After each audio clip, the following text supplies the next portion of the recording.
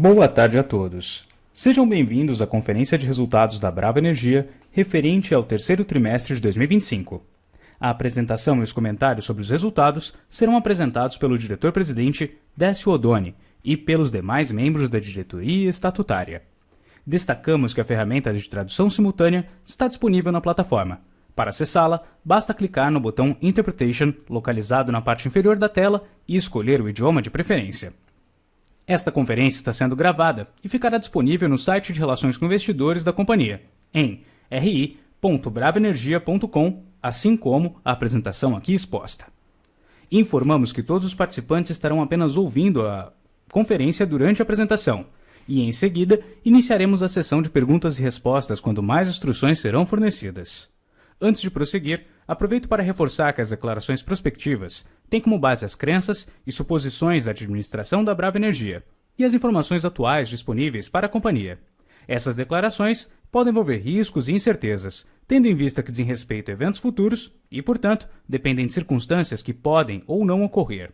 Investidores, analistas e jornalistas devem levar em conta que eventos relacionados ao ambiente macroeconômico, ao segmento e outros fatores podem fazer com que os resultados sejam materialmente diferentes daqueles expressados nas respectivas declarações prospectivas. Daremos início à apresentação, passando a palavra a Décio Oddone. Por favor, Sr. Décio, pode prosseguir. Boa tarde a todos. Obrigado por nos acompanharem na divulgação dos resultados do terceiro trimestre de 25 da Brava. A gente, como sempre, começa com os disclaimers tradicionais e passa para os destaques do período. Nesse primeiro slide, percebemos que continuamos na trajetória de aumento da produção, geração de caixa e desalavancagem. A produção foi recorde tanto no onshore quanto no offshore. O custo de produção caiu. O CAPEX da fase 1 de Atlanta está ficando para trás e seguimos otimizando o CAPEX onshore.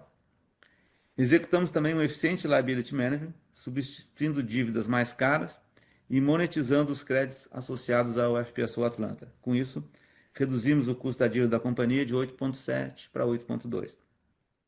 Incorporamos a Enalta Energia na holding, o que vai possibilitar a captura de importantes sinergias.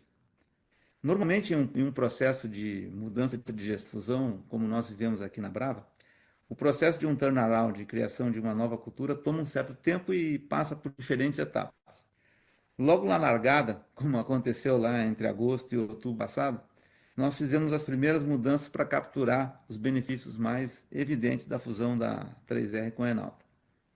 Passado um ano do início das nossas operações combinadas, já conhecendo melhor a organização, os processos e as pessoas, era hora de conduzir o ajuste que vai nos permitir consolidar a cultura e capturar os benefícios da integração. Foi o que fizemos ao promover uma reestruturação que reduziu o número de diretores estatutários de 5 para 4 e simplificou a estrutura gerencial.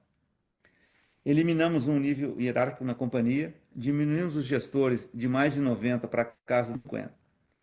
Com isso, damos agilidade e eficiência aos nossos processos decisórios. Passado esse momento, entramos em um período de consolidação e aprimoramento da cultura. É o que nós vamos viver daqui para frente. No próximo slide, vemos a evolução da produção, que seguiu crescendo, atingindo o recorde nesse TRI, 92 mil barris por dia, dos quais 80% são petróleo. Agora eu passo a palavra a Travassos e Boeri para falarem um pouco aí sobre as operações. Obrigado, Décio. Boa tarde a todos. Eu vou falar um pouco aqui do resultado dos meus principais ativos aqui da área offshore, Atlanta e Papa-Terra.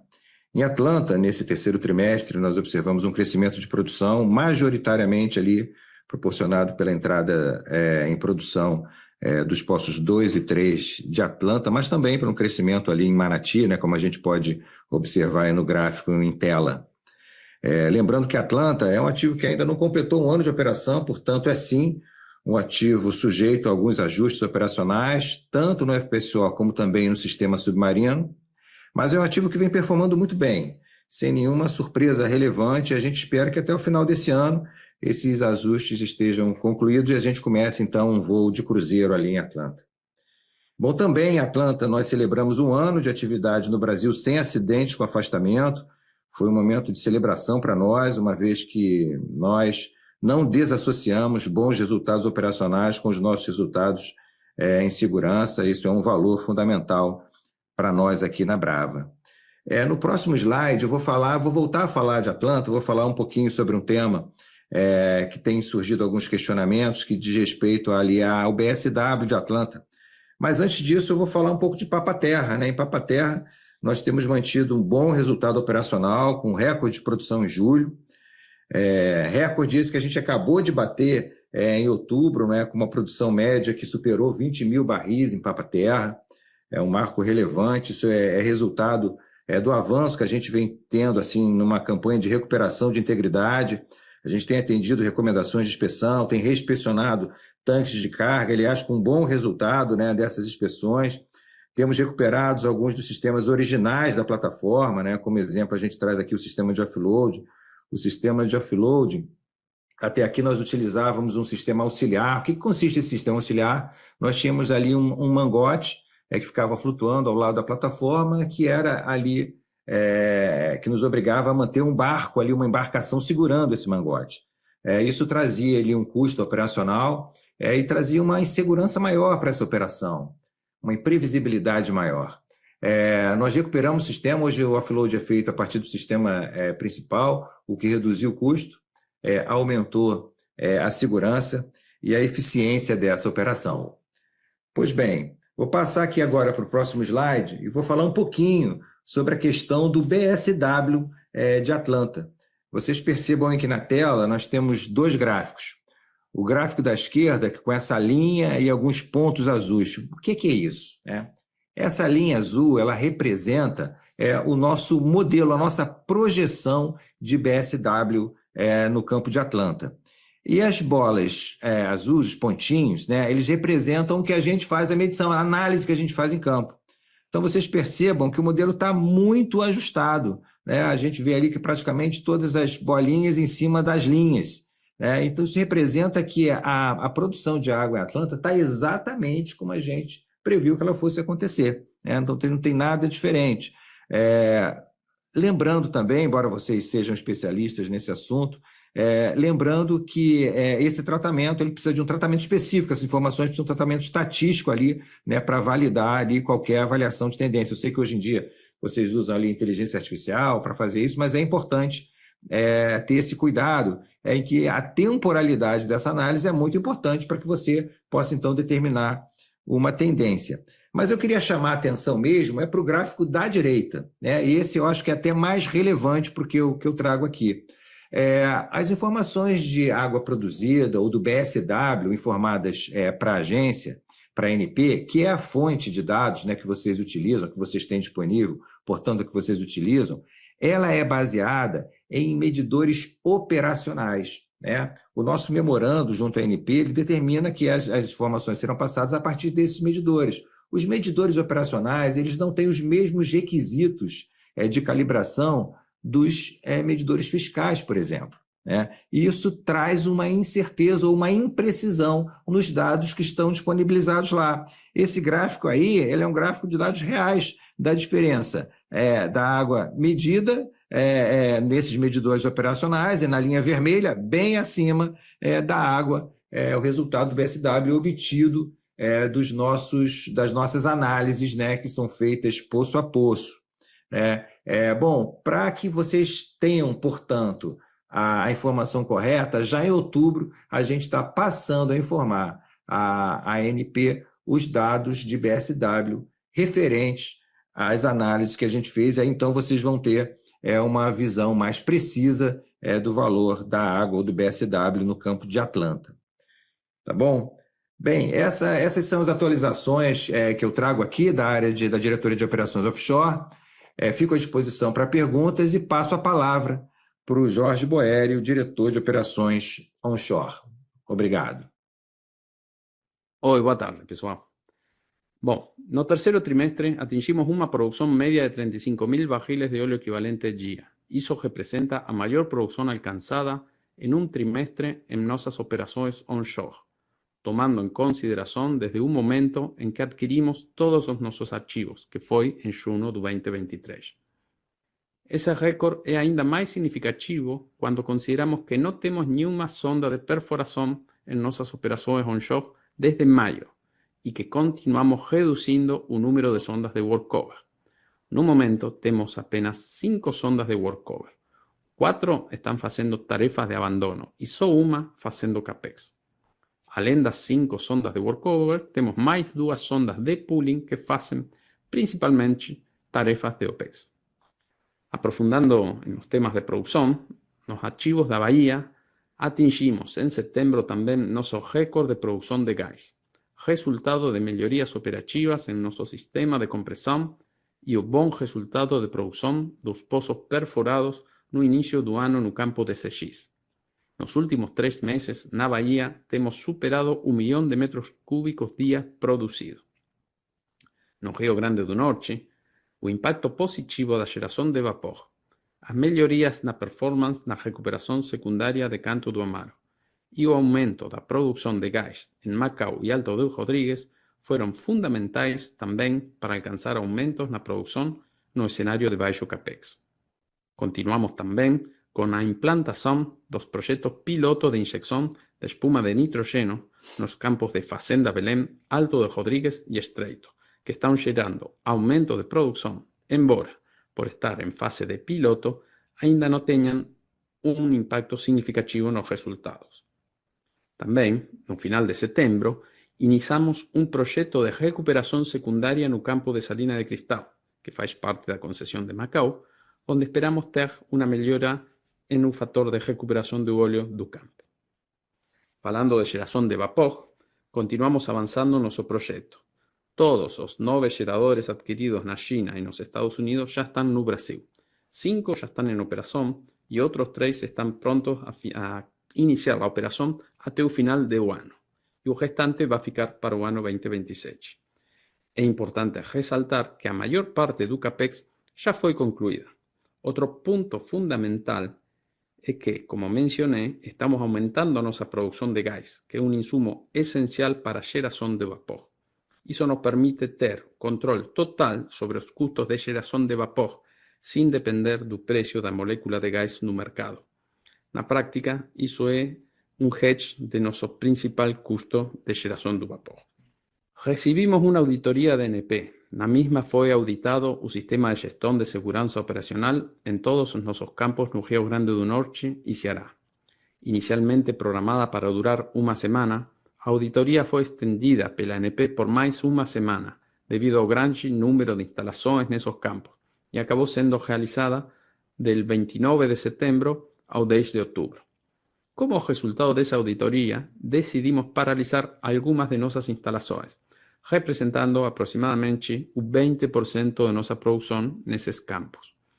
Desde que assumimos a operação dos campos, temos trabalhado incansavelmente para melhorar a segurança e a integridade de nossas instalações, que, devido ao processo de desinvestimento da antiga operadora, não receberam o investimento necessário. Obviamente, trabalhar com tantas instalações exige uma priorização com base no risco e na produção. É por isso que nossas instalações mais importantes, que representam 80% da produção, não foram paralisadas, porque as tarefas de melhorias já haviam sido desenvolvidas. Desde a parada das instalações mencionadas, aumentamos os recursos para resolver as pendências e retomar ao 100% da produção até o final do ano. O CAPEX que estamos executando actualmente estava originalmente planejado para o ano 2026. Portanto, não representa um aumento no nosso CAPEX total. Trata-se simplesmente de uma antecipação do 2026 para o 2025. Em termos de ordem de grandeza, esse CAPEX representa cerca do 3% do CAPEX do onshore. Agora vou passar a palavra para o Décio. Obrigado, Travassos. Obrigado, Boeri. Vamos aos destaques financeiros, então. A receita segue em patamar alto, chegando a 3 bilhões de reais ou 561 milhões de dólares. Tudo isso apesar das menores cotações do Brent e do dólar em relação ao que a gente tinha no início do ano. E também de termos enfrentado um trimestre em que a cotação do bunker esteve pressionada, o que afetou o nosso preço médio de venda. Outro destaque é que entramos no quarto trimestre de 25 com uma posição de estoque elevada. Como nós tivemos uma paralisação parcial das operações no Polo Potiguar e programamos paradas em Papa-Terra e no BC10, paradas que vão afetar a produção no trimestre, esses estoques podem compensar, em parte, esse impacto na produção do período. No slide de EBITDA, percebemos mais um recorde, 238 milhões de dólares. As margens se expandiram, alcançando 42,5%. Mesmo no cenário de Brent mais baixo, o free cash flow operacional evoluiu tanto no onshore quanto no offshore, mostrando uma companhia mais eficiente nas operações e na aplicação de capex. No onshore, particularmente, mudamos a estratégia de investimentos e ganhamos eficiência, mantendo um atraente por barril, mesmo reduzindo o capex. No próximo slide, vemos a evolução do custo. A melhoria na produção e na eficiência ela se reflete no menor lifting cost. Nesse trimestre chegou a 15,7 dólares por barril, considerando o afretamento. O destaque está no offshore, com um valor competitivo e uma queda expressiva, que foi puxada por Atlanta. Além do lifting cost, também reduzimos o G&A, que ficou abaixo de 3 dólares por barril. No slide de CAPEX, vemos a confirmação da tendência de redução, mesmo com o início da fase 2 de Atlanta, que vai se traduzir em aumento significativo da produção a partir de 2027. O destaque aqui é a disciplina no onshore, onde houve uma queda de 31%. Próximo slide é o mais importante dessa apresentação, pois ele mostra a robustez da nossa estrutura de capital e a evolução da alavancagem. A posição de caixa segue muito robusta. A companhia, com geração de caixa e aumento do EBITDA, foi capaz de reduzir dívida líquida e fortemente o índice de alavancagem. Esse índice atingiu 2,3 vezes, um número bem mais confortável que os 3,4 que a gente tinha no início do ano. Isso mostra que estamos indo no caminho certo. Nesse slide, vemos que a posição de caixa nos dá bastante conforto em relação ao perfil alongado de amortização da nossa dívida. No slide do fluxo de caixa, vemos um fluxo operacional de caixa robusto. Um destaque foi para a Paterra, que teve cash flow positivo, refletindo a melhoria da operação do ativo. Também tivemos redução de capex e de custo de abandono. Considerando todos os outros efeitos, tivemos uma geração de caixa livre que suportou a desalavancagem e a redução de dívida líquida. Na parte hedge, vemos que contamos com uma proteção muito saudável que pode nos ajudar a atravessar com mais tranquilidade os próximos 18 meses. Nós temos cerca de 15 milhões de barris protegidos por NDFs e Zero Cost Collars, seguindo a política que está detalhada neste slide. Para encerrar a apresentação, quero reforçar que vamos seguir no quarto trimestre de 25, em 2026, focado no principal ponto destacado neste slide, geração de caixa e redução da alavancagem. Para isso, seguiremos priorizando manter os elevados níveis de segurança e a melhoria da eficiência. Para concluir, quero agradecer o trabalho de toda a equipe. Não só chegamos onde chegamos pelo trabalho de todos. Agora vamos passar às perguntas. Obrigado. Iniciaremos agora a sessão de perguntas e respostas para investidores e analistas. Caso deseje fazer alguma pergunta, por favor, clique no ícone de Q&A, que aparece na parte inferior de sua tela, e digite sua pergunta. Para fazer perguntas por áudio, clique no ícone de Q&A, digite seu nome e companhia, ou clique no botão Levantar a mão. Aguarde enquanto coletamos as perguntas. Nossa primeira pergunta vem de Vicente Falanga, do Bradesco BBI. Por favor, Sr. Falanga, seu microfone já está liberado. Boa tarde a todos, boa tarde Décio, todo o time da Brava. Primeiro eu queria agradecer a companhia pela explicação didática sobre o BSW e por passar os dados para a ANP corretos aí. Acho que para nós essa transparência é bastante importante. As minhas duas perguntas são justamente nesse tema. Acho que, Travassos, nosso entendimento é que talvez esse corte de água, até certo nível, ele deve ser visto como algo positivo. Se você puder falar um pouquinho sobre isso, qual o limite de corte de água que pode ser considerado saudável, e o que garante aí dentro dos modelos de reservatório de vocês que o BSW ele vai se desenvolver aí via emulsão, e se tem algum risco de algum momento a água começar a isolar o óleo aí e atrapalhar essa permeabilidade. Se a gente deve se preocupar com isso ou não e quando, né?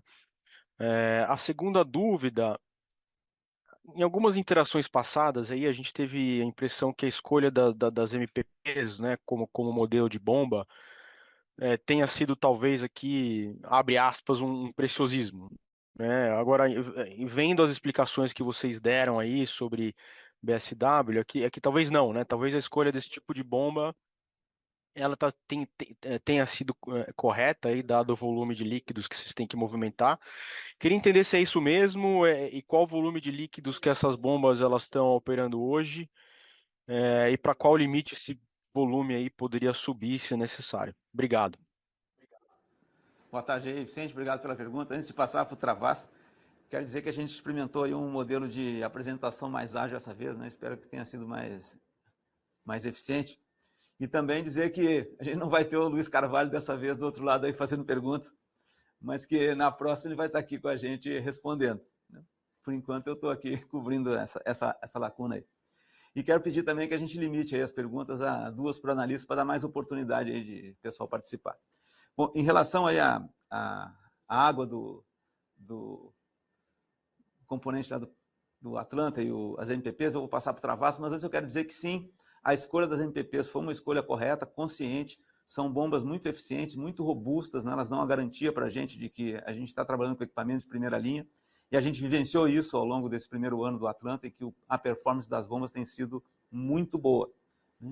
Na fase 2 do Atlanta, a gente não optou por MPP por razões técnicas, os postos são mais distantes, né? E como a gente já está com a garantia de 3 bombas muito robustas operando, a gente optou por uma solução diferente, mas a gente está muito confortável com a decisão que a gente tomou e a gente está vendo o resultado disso. Passar aqui para o Travassos para ele complementar. Obrigado, Décio. Obrigado, Vicente, pela pergunta. De fato, bom, a segunda pergunta, acho que do Vicente está respondida em relação às MPPs, mas falando um pouquinho de água e da garantia, né, de que em determinado momento a água não vai isolar o óleo. Né? Essa é a vantagem da gente ter adotado um sistema antecipado de produção. Nós ficamos 6 anos e meio operando ali com o Petrosol justamente para a gente ter a certeza do modelo adequado ali de elevação, escoamento. Né? Então, essa é uma garantia, eu diria assim, uma certeza que a gente tem, dadas as informações que a gente obteve lá com o sistema antecipado. Né? Você falou ali em emulsão, né? E de fato, esse é um ponto importante. Em determinado momento, a gente vai quebrar a emulsão, né? Com o aumento ali do BSW, a gente quebra a emulsão, e ao contrário, a gente espera ter ali uma melhoria ali no resultado operacional, uma vez que eu vou estar trabalhando com as bombas um pouco mais livres ali, eu vou diminuir a densidade do fluido ali, a montante da bomba, e isso aí tende a favorecer essa produção, uma vez que o FPSO ele está mais do que preparado para lidar com essa água produzida. Obrigado também pelo comentário, a gente vai estar ajustando, aliás, em outubro, os dados que estão lá em outubro já são dados atualizados em relação à água produzida, vocês vão ver que é um BSW bem menor do que aquele que era reportado através dos medidores. Mais uma vez, obrigado pela pergunta. Obrigado, pessoal. Nossa próxima pergunta vem de Milene Carvalho, do JP Morgan. Por favor, senhora Carvalho, seu microfone já está liberado. Oi, pessoal, boa tarde. Muito obrigada pela pergunta e parabéns pelo resultado sólido de desalavancagem, geração de caixa e produção consistente que vocês vêm entregando esse ano. A minha primeira pergunta é em relação à Papa-Terra. Vocês estão avançando com o licenciamento dos postos 52 e 53 e eu queria entender qual é a expectativa de contribuição até o final do ano, enfim, como é que está timing e contribuição desse projeto. E a minha segunda pergunta é referente a Jubarte. A gente viu Petrobras já anunciando negociação e eu queria também entender como é que está a negociação do lado de vocês em termos de timing e montante devido pelo lado da Brava. Obrigada. Obrigado, Milene. Deixa eu responder primeiro o Jubarte, depois eu peço que o Travassos complemente com o Papa-Terra. O operador lá do BC10 é a Shell, quem está conduzindo as negociações com a Petrobras é a Shell, né? E essas negociações estão em andamento para a gente definir qual vai ser a compensação pela produção passada lá do acordo de unitização. Então, estamos aguardando, a gente não tem definição ainda de quando isso vai ser concluído. E passo para o Travassos comentar sobre Papa-Terra. Tá bom. Obrigado, Décio. Bom, falando aí de Papa-Terra, né, e aproveitando para falar um pouquinho da campanha, né? A gente está aí com o planejamento da campanha de perfuração absolutamente em linha com o planejado. Nós recebemos a anuência para a limpeza do coração da sonda. A sonda está com previsão de mobilização agora, na segunda quinzena de dezembro. portanto, ainda em linha ali com o SPUDIM previsto para a primeira quinzena de fevereiro, ou seja, por início da perfuração, propriamente dito, ali início para a primeira quinzena de fevereiro.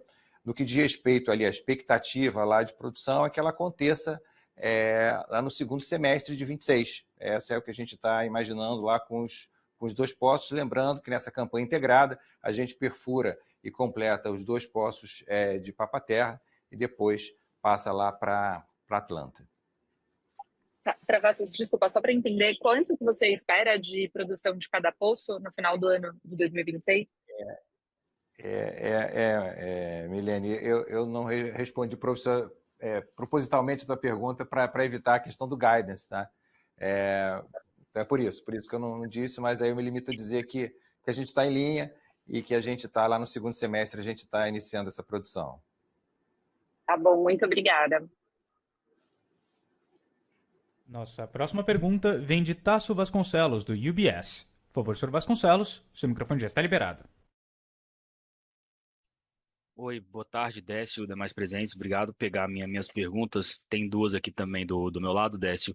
Uma primeira é sobre dividendos, né? Porque a política atual da companhia é 25% de payout sobre o lucro líquido, e com base no lucro líquido sem nenhum ajuste que vocês já apresentaram esse ano, já daria algo próximo a 500 milhões, né, de reais que eventualmente poderiam ser anunciado.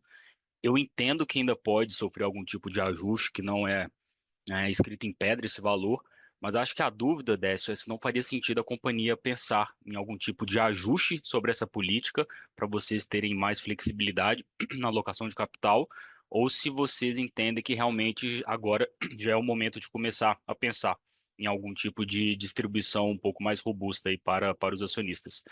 E uma segunda pergunta, Décio, também queria pegar um pouco a sua visão para a companhia daqui para frente, né? Depois dessas mudanças recentes na diretoria, reorganização dos cargos, dá para falar ou você ter uma visão de algum tipo de ajuste na estratégia ou no posicionamento da companhia daqui em diante? São essas minhas 2 perguntas. Obrigado. Obrigado aí, Tasso. Bom, vamos lá. A nossa estratégia não muda, né? O nosso foco agora é desalavancagem.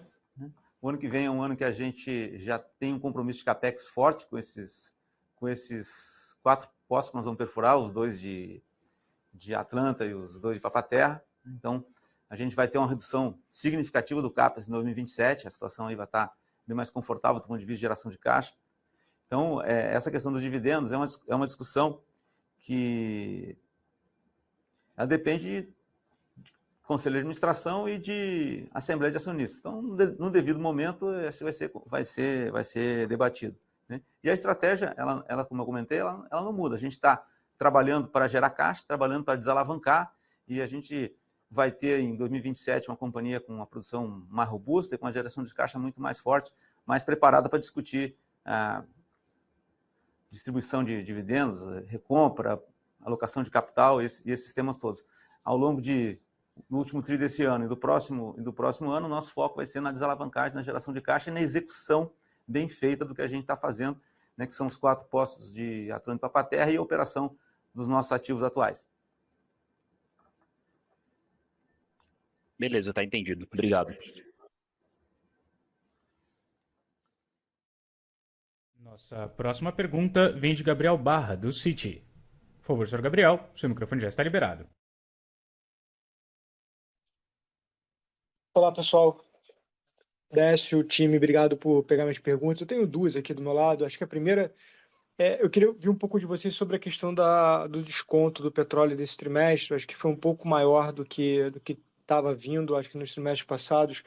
Queria ouvir se foi alguma coisa pontual e se pudesse falar um pouquinho mais sobre essa questão da estratégia comercial da companhia, como a gente deveria esperar esse desconto daqui para frente em relação ao preço de comercialização.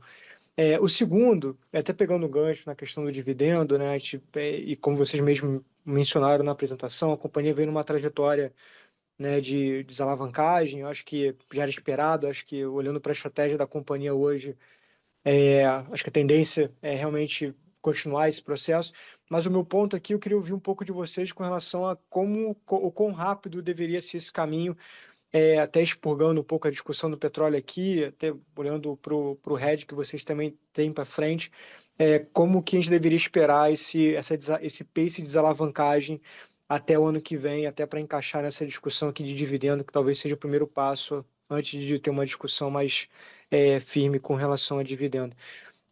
São esses 2 pontos, pessoal. Obrigado. Bom, obrigado aí, Gabriel. Desconto, né? A gente tem contratos, né, de venda, especialmente do Atlanta, né, contrato de duração de 1 ano, que estão referenciados ao bunker em Singapura. E o que a gente viu nesses últimos tempos mais recentes foi um conjunto de fatores que afetou a margem do preço do bunker em Singapura. E que fatores foram esses? Foi bombardeio de unidades de produção de diesel em refinarias russas que aumentaram a oferta de óleo combustível. Da mesma maneira, uma refinaria grande na Nigéria, também com dificuldade de produzir diesel, produzindo mais óleo combustível. Essa estocagem de petróleo que a gente está ouvindo falar aí no mar, né, elevou muito os fretes. Então, foi um período em que a gente teve um conjunto de medidas que jogaram para baixo o preço do bunker. Como a gente tinha tido em trimestres passados, conjunto de medidas que ajudaram o preço do bunker. A gente chegou a vender com prêmio o mesmo petróleo. Então, é uma questão conjuntural de mercado e a gente espera que isso, com o tempo, se estabilize. E em relação à questão dos dividendos e da rapidez da desalavancagem, a estratégia não muda. Eu já comentei na pergunta do Tasso, né, para o Barra eu digo a mesma coisa, né? A gente continua focado em desalavancar, continua focado em eficiência e entrega operacional, tanto na campanha de perfuração quanto nas operações recorrentes da companhia. O nível de desalavancagem que a gente vai ter, a velocidade de desalavancagem, vai depender também do preço do petróleo ao longo do próximo ano. Mas não vai ser um ano de grande desalavancagem em função desse CAPEX que a gente está programando para 2026. 2027 seguramente vai ser bem diferente. Super claro, pessoal. Obrigado. Nossa próxima pergunta vem de Bruno Amorim, do Goldman Sachs. Por favor, senhor Bruno, seu microfone já está liberado. Oi, boa tarde, obrigado pelo espaço para a pergunta. Eu sei que vocês não vão passar gás de produção, mas se vocês puderem comentar qualitativamente assim, a trajetória da produção para frente, faz sentido pensar que tem um ganho de curto prazo com os postos que faltam ser conectados no horizonte próximo, e a partir dali até o final do ano que vem a gente deveria ver uma produção estável ou ligeiramente para baixo até o momento em que vocês começam a entregar as novas campanhas de perfuração mais em direção ao fim do ano passado. Faz sentido pensar nessa forma da curva? Obrigado. Obrigado aí, Bruno. Uns comentários aqui antes de passar para o Travassos detalhar. A gente espera alguma recuperação na produção agora, nas próximas semanas, até o final do ano. Ao longo do ano que vem, a gente não tem nenhum evento novo de aumento de produção. Nós vamos trabalhar com a infraestrutura que a gente tem agora, né? Então, é um ano que a gente vai ver um declínio de produção ao longo do tempo. E aí sim, a partir mais do final do ano que vem, a gente começa a entrar com os postos de Papa-Terra. Depois, com os postos de Atlanta, a gente vai ver uma recuperação muito significativa da produção, mais para o final de 26 e início de 27. Acho que o Travassos pode complementar um pouquinho. Não, tá bom, acho que, está super bem respondida, Décio. E, de fato, a gente tem lá o sistema de Atlanta, que é um sistema que vem sendo ali numa fase final de comissionamento offshore ao longo desse ano de 2025. Né? A gente espera ali até o final do ano estar superando, né, esse comissionamento, e aí a gente espera, sim, ter ali um ganho de produção, um pequeno ganho de produção, já iniciando em 2026 por conta disso. O que é mais relevante, né, na soma da produção é quando entrarem os 2 postos lá de Papa-Terra previstos para o segundo semestre do ano que vem. E aí a gente tem ali uma expectativa de subida de produção. Um comentário em Atlanta também que eu gostaria de fazer é o seguinte, né? A gente começou no finalzinho de 24, lá, no apagar das luzes do último ano, com Atlanta em 2 postos, e foi surpreendente o desempenho operacional que a gente teve num navio que estava começando a produzir com eficiência altíssima no início. Então aquilo foi muito bom, mas foi surpreendente. Agora que a gente está com uma carga maior no FPSO, a gente está efetivamente começando a trabalhar com mais equipamentos e com mais carga, água, calor, energia. Então, isso está demandando esses ajustes que a gente está fazendo no navio agora, que a gente acaba de mencionar aqui. Perfeito, obrigado. Eu posso fazer um follow-up, por favor? Diga. É uma pergunta diferente, mudando de assunto. Assim, se o É a petróleo terceira, é isso? se o petróleo for para baixo de 60 o ano que vem, assim, como é que a empresa reagiria? Se você puder comentar um pouco flexibilidade de CAPEX.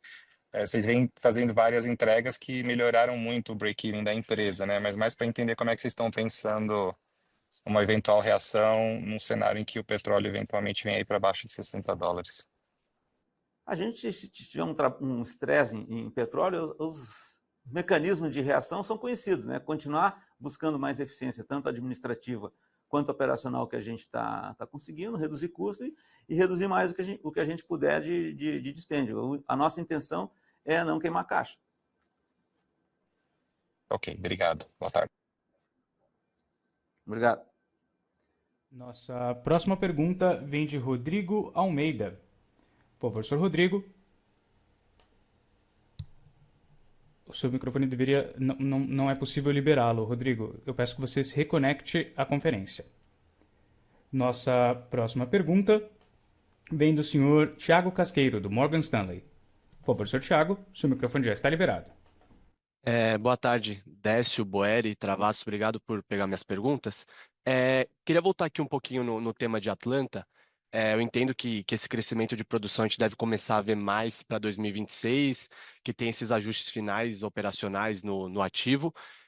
Mas faria sentido pensar em novembro e dezembro já revertendo um pouco essa queda que a gente observou tanto em outubro quanto em setembro, ou é algo que de fato acaba ficando só para 2026 e novembro e dezembro a gente deve ver o ativo como um todo declinando um pouco?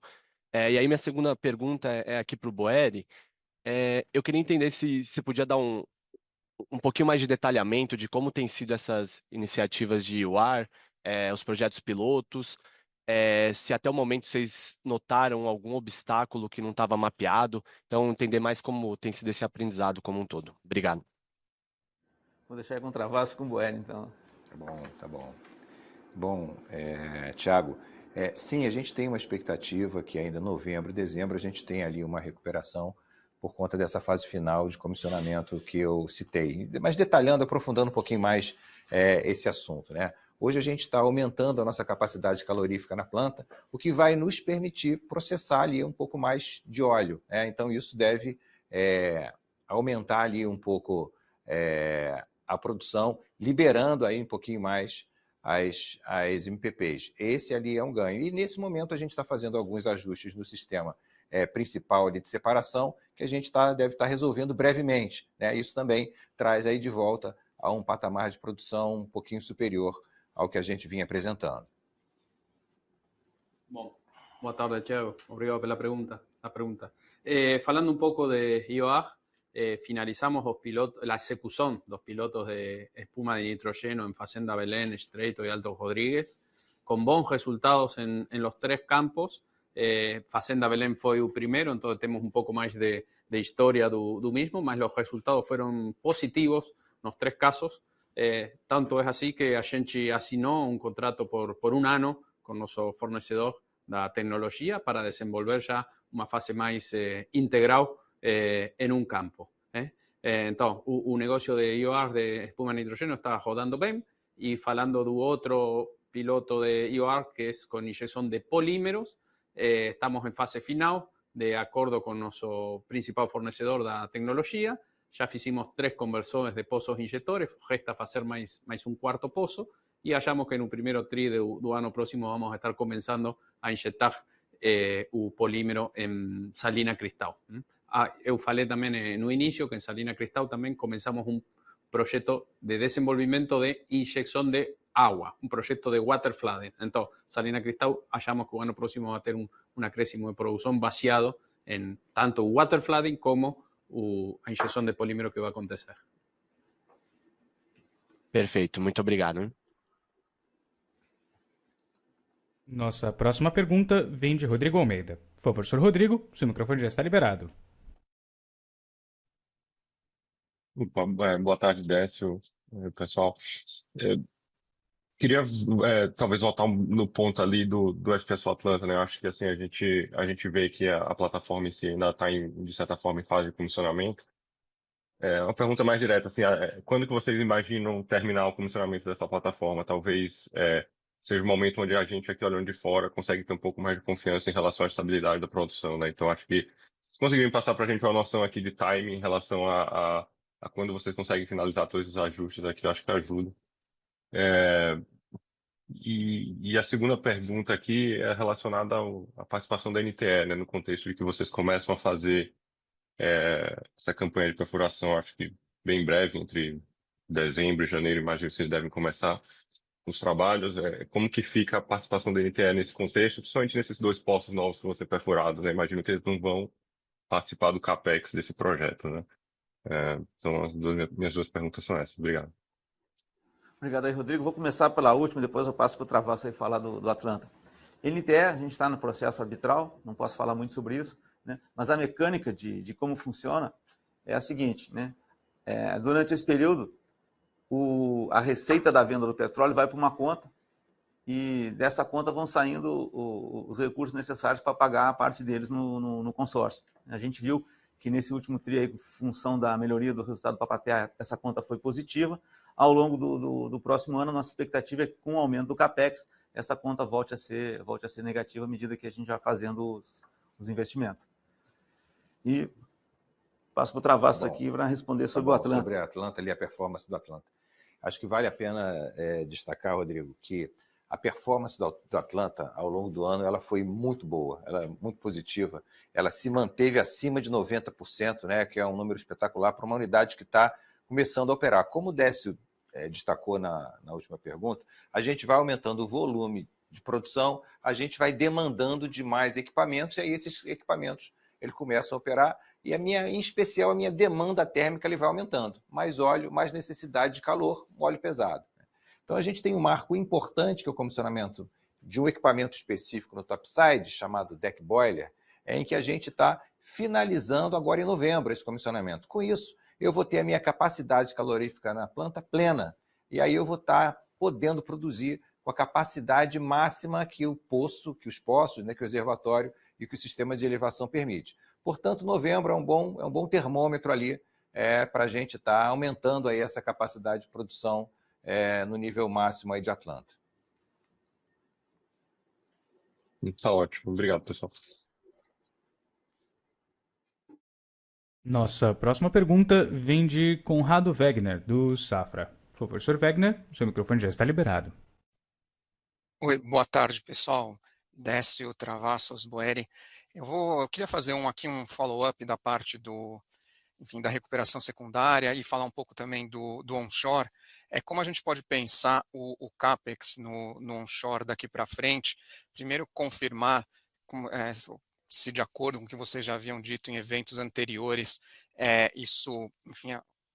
as iniciativas de recuperação secundária não implicam em CAPEX adicional, mas entrariam tudo na conta do OPEX, e se o nível que a gente viu agora nesse trimestre de CAPEX para onshore é o que a gente pode esperar para frente, ou ainda tem redução para fazer com diminuição do número de sondas? Ué. Ok, boa tarde, Conrado. Bom, para o ano que vem, temos planejado um CAPEX significativamente baixo para o onshore, sin actividad de perforación de pozos de desenvolvimiento. Tenemos apenas planillado perforar un pozo exploratorio, que tenemos hay muchas boas expectativas. Entonces, vamos a tener un ano sin actividad de perforación de desenvolvimiento, vamos a tener un ano con baja cantidad de sondas de workover haciendo CAPEX, vamos a tener comprado ya todos los geradores de vapor. Entonces, UCAPEX va a ser direccionado principalmente a algunas actividades de workover, cuestiones que tienen que ver con integridad y conformidad legal, y algo de investimento en un IOAG. Hay que distinguir 2 tipos de IOAG. Todo lo que es nitrógeno no tiene CAPEX, ¿ok? Es directamente va a OPEX. Lo que es IOAG de polímero o proyectos de waterflooding, que no es IOR, sino que simplemente waterflooding, ahí tenemos algún CAPEX para hacer conversões em pozos injetores. Mas es parte de la campaña de workover que a gente tem planillada para o ano. Então, em definitiva, um ano de baixo CAPEX en onshore, un ano en el cual vamos a estar trabajando en la integridad de los activos, tanto do onshore como el mid downstream, que ahora también estoy tocando esa área de la compañía. Só complementando, né, e lembrando aí, IOR é Enhanced Oil Recovery. Ok. Obrigado. Certo, Conrado. Obrigado. Nossa próxima pergunta vem de Nicolas Barros, do Bank of America. Por favor, senhor Barros, seu microfone já está liberado. Boa tarde, pessoal. A minha é sobre alocação de capital. Acho que teve recentemente antecipação de recebíveis, toda a gestão de passivo que vocês também fizeram, acordo com a Petro Recôncavo, e o discurso está extremamente claro no sentido de desalavancar a empresa. Queria entender se isso aqui é basicamente via geração de caixa e expansão de EBITDA, ou se teria mais alguma alavanca para ajudar nisso, né? Algum desinvestimento um pouco mais relevante que poderia ser cogitado aqui. Muito obrigado. Bom, você falou bem, né? Esse é o nosso foco. A gente tem a obrigação de estar sempre revisitando o portfólio para ver se tem alguma oportunidade que possa melhorar a nossa posição, e a gente está permanentemente fazendo isso. A gente, no final do ano, agora vai aprovar o orçamento do ano, é o ano que a gente também faz, momento que a gente faz, no ano que a gente faz uma revisão de portfólio. Então, está sempre no radar. Se tiver alguma coisa que faça sentido, a gente está sempre aberto a avaliações. Obrigado aí. Obrigado. Nossa próxima pergunta vem de Regis Cardoso, da XP. Por favor, senhor Cardoso, seu microfone já está liberado. Boa tarde, Décio Travassos, Boeri, obrigado pela disponibilidade. Parabéns pelo resultado. Bom ver a empresa desalavancando, gerando caixa, produção alta. Eu queria talvez voltar lá no tema do CAPEX, em particular na fase 2 de Atlanta. Me chamou um pouco a atenção assim, a antecedência já. Não sei se vocês poderiam talvez comentar como que é esse faseamento, né, do projeto fase 2 de Atlanta, tanto nos desembolsos quanto nas atividades. E não sei se consegue também talvez quantificar o que a gente deveria esperar aqui de CAPEX para quarto trimestre de 2026, tendo que vocês já comentaram talvez de forma mais qualitativa antes. Não sei se tem alguma coisa que dê já para talvez balizar aqui os nossos modelos e expectativas de geração de caixa. Obrigado. Obrigado, Regis. Bom, a gente não dá guidance de CAPEX, eu vou pedir para o Travassos passar alguns números da campanha, assim, a campanha integrada. Mas antes eu queria comentar, eu acho que um negócio interessante, né? A gente só está conseguindo fazer essa campanha do Papa-Terra e do Atlanta, né, e antecipar esse benefício de aumento de produção, porque a gente se preparou para isso ao longo da fase 1 do Atlanta. Quer dizer, a gente usou muito do que a gente tinha preparado lá no Atlanta fase 1 para poder engajar no Atlanta fase 2, quando a gente estava na Enalta ainda, né, a alternativa que a gente tinha era fazer o Atlanta junto com o Oliva. Quando houve a fusão, ficou muito mais claro para nós que era melhor, muito melhor, né, fazer em Papa-Terra os postos que fazer no Oliva. Daí a gente transferiu as possibilidades que a gente tinha de fazer postos adicionais para o Papa-Terra, e só por isso a gente está conseguindo fazer essa campanha agora. Se a gente tivesse começado do zero nesse ano de 2025, a partir do início da produção do primeiro óleo do FPSO Atlanta, a gente jamais conseguiria estar com essa produção em 2026, 2027. Então, foi um movimento bom que a gente fez e que vai gerar muito valor mais para frente para os nossos acionistas, embora a gente tenha esse dispêndio de CAPEX ao longo de 2026. Eu peço que o Travassos complemente um pouco com os números da campanha. Vou tentar trazer aqui, Regis, algumas informações para você, fugindo aí desse guidance, né, que o Décio comentou, mas você falou, o teu questionamento você fez, esses números estão antecipados, né? E por que isso acontece? Lá no momento da aprovação do FID desses projetos, a gente adotou uma estratégia de early engagement, ou seja, um engajamento antecipado das empresas, de modo que quando a gente assinou ali, quando a gente aprovou o FID, foi no mesmo momento, saiu de uma sala, entrou em outra sala e a gente assinou esses contratos. E esses contratos lá atrás, eles tinham ainda uma incerteza. Naquele momento, a gente tinha a incerteza da aprovação ali do parecer do IBAMA no que diz respeito à licença de papa-terra. Então, nós já adotamos uma estratégia flex, ou seja, eu tinha ali a possibilidade de começar por papa-terra ou começar por Atlanta, né? E isso favoreceu também, né, o pagamento de Atlanta, né? Isso possibilitou o pagamento de Atlanta, que a gente está fazendo, mas é majoritariamente ao longo de 2026. Né? 2026 que a gente tem um dispêndio relevante. Em 2025, a gente tem majoritariamente, além dos pagamentos, né, associados aos marcos previstos nas EAPs dos projetos, a gente tem a mobilização da Lone Star, que está previsto para a segunda quinzena de dezembro. Né? A boa parte do CAPEX está ali em 2026. Lembrando que, passando aí um panorama ainda desse projeto, Mobus de Atlanta, prontificação ao longo de 26. Árvore de Natal de Atlanta também, prontificação no primeiro semestre de 26. Árvore de Natal de Papa-Terras estão prontas, né? A gente foi lá, foi um refurbishment que a gente fez, as árvores já estão prontas. Linhas, primeiro semestre de 26. Umbilicais, por volta do final do primeiro semestre de 26. Então, essa é a razão dessa percepção de um CAPEX antecipado. Foi uma proteção ao projeto. Isso faz com que a gente esteja absolutamente em linha com a campanha. Obrigado aí pela pergunta, Régis. Obrigado, Régis. Perfeito. Obrigado. A sessão de perguntas e respostas está encerrada. Gostaria agora de passar a palavra ao Sr. Décio Oddone para que faça as considerações finais da companhia. Por favor, Sr. Décio, pode prosseguir. Bom, obrigado aí mais uma vez pela participação. Só resumindo, né, foi mais um bom trimestre.